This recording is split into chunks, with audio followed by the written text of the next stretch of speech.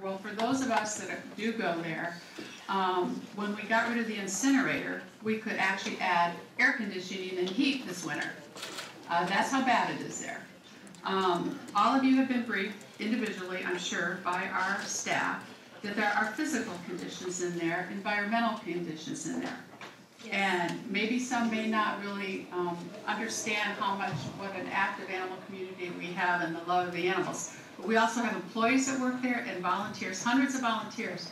And right now, our veterinarian is operating in the boardroom because there are issues in the area where she has done surgery, where she actually we had to close our boardroom now. We couldn't have our advisory board at this meeting because that's now the surgery suite.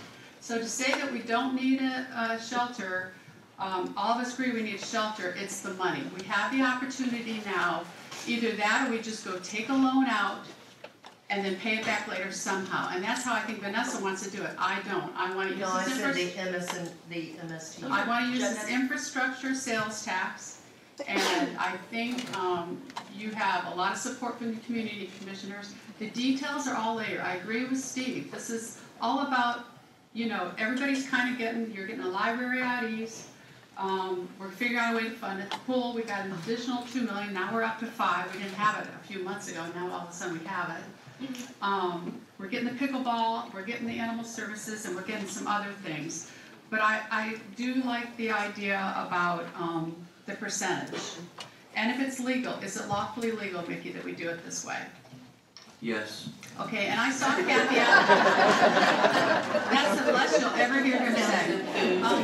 I actually saw Kathy in the aisles there, and they support this, and you'll probably hear that from her, because she told me that it's just the way it was laid out. Maybe a lot of people don't understand it.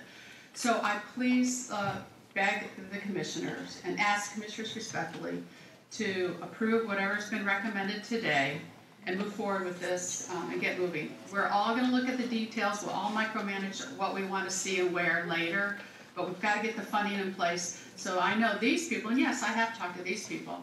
These people want people to give big money. And remember, 2 months before Nate Benderson passed away, he gave $5 million to the Southeast Guide Dogs. There are people that will give money, but they can't go to the people that are giving them money if we don't put skin in the game. If we put $8 million in and they raise $2 million, that would hopefully cover the cost of the shelter and fitting it inside, the cages and all that stuff.